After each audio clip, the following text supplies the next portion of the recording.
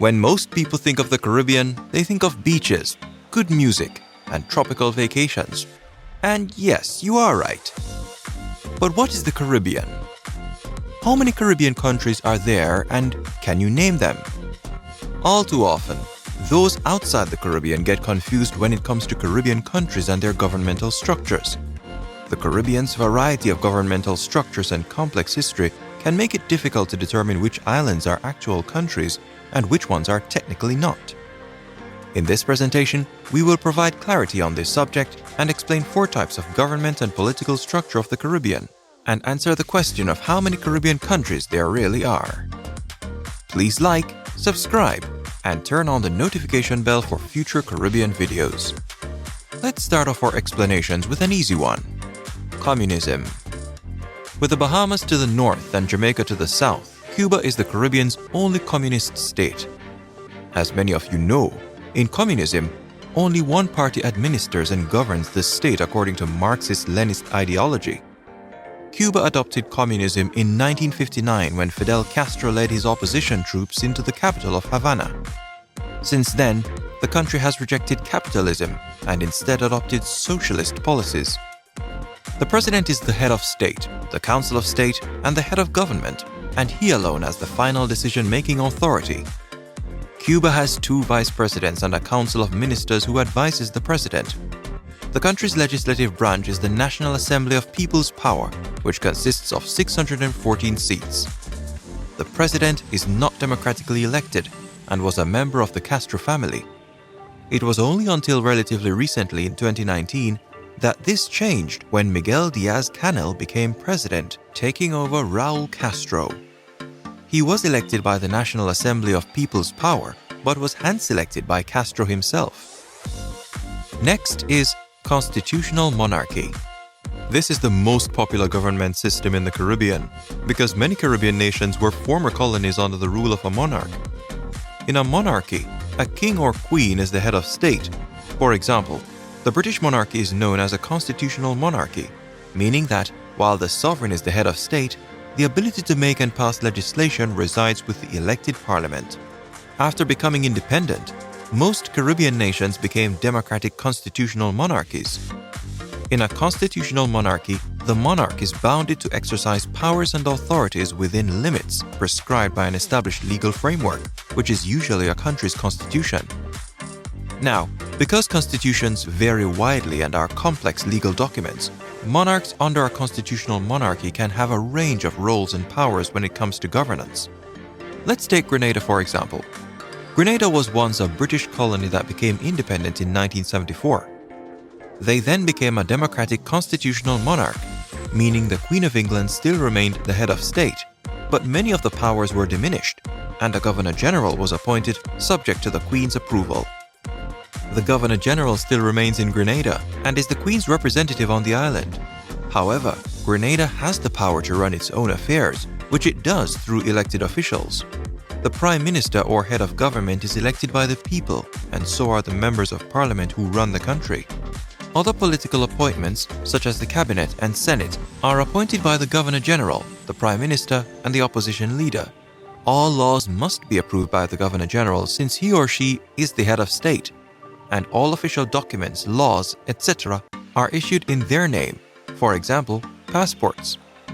As of the date of this recording, countries in the Caribbean that fall under this category are Antigua and Barbuda, Bahamas, Belize, Grenada, Jamaica, St. Lucia, St. Kitts and Nevis, and St. Vincent and the Grenadines. Republic. While some Caribbean countries went the way of democratic constitutional monarchies, another group of countries decided to break away completely from their colonial past.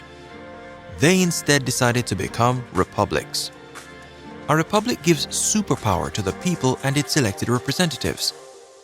The supreme power in this instance is the head of state, or in a constitutional monarchy, the Governor-General.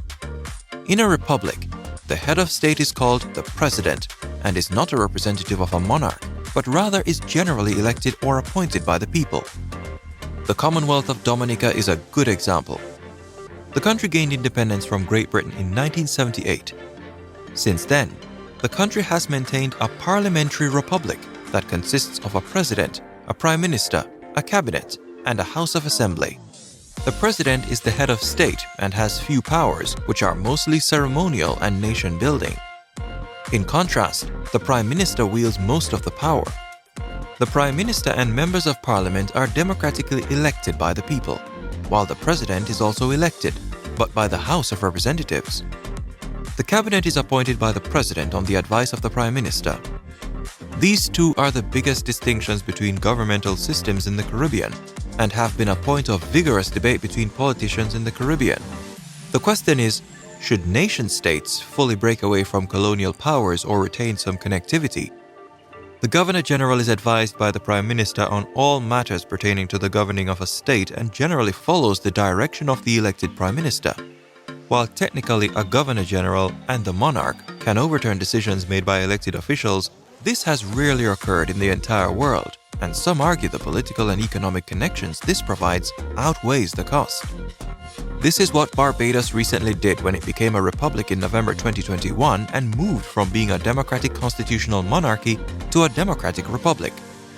Barbados did not gain independence. In fact, the country had been independent since 1966, but removed the Governor-General as head of state. The list of Caribbean countries which fall under the status of republic are Barbados, Dominica, Dominican Republic, Guyana, Haiti, Suriname, and Trinidad and Tobago. Territories. The final category Caribbean islands fall into is that of territories. A territory is one that has not broken away from a colonial power and does not possess full political independence, yet retains certain political freedoms. A dependent territory is commonly considered not a country and not a sovereign state. Here, we can take Puerto Rico as an example. Puerto Rico became a United States territory after a Spanish-American War of 1898. The island's citizens have American citizenship, but it is not an American state. Instead, it's a semi-independent territory, and its day-to-day administration is managed by an elected governor. The governor is assisted by a cabinet that he selects. Puerto Rico also has a Senate, a House of Representatives, and a resident commissioner. He or she is elected by the public to represent Puerto Ricans as a non-voting member of the U.S. House of Representatives. Puerto Rico has no international autonomy and does not sit on international organizations like the United Nations or World Trade Organization. Territories are possibly the most difficult to classify, as their autonomy varies greatly. Some territories are colloquially classed as territories, but are not technically territories, such as Martinique, Guadeloupe, and the BES Islands, Bonaire, Saint Eustatius, and Saba, which are integrated areas of France and the Netherlands respectively. Others are actual territories with varying degrees of governmental freedom. The list of dependent territories in the Caribbean are Anguilla, Aruba, British Virgin Islands, Cayman Islands, Curacao, Montserrat, Puerto Rico, Saint Barthélemy, Saint Martin, Sint Maarten, Turks and Caicos, U.S. Virgin Islands, and Bermuda. Because there are so many different governmental systems in the region, depending on the context, the phrase Caribbean countries can have a variety of meanings. So, how many Caribbean countries are there? Well, that depends on what you call a country. In the strictest sense, that is, countries that have full autonomy, there are 16.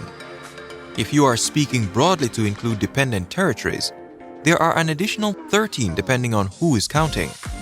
If you find this information useful, we would greatly appreciate it if you would please click the like button below, subscribe, share our channel with others, and turn on the notification bell for our next video as we explore the Caribbean together. This is J-irie Caribbean. See you next time.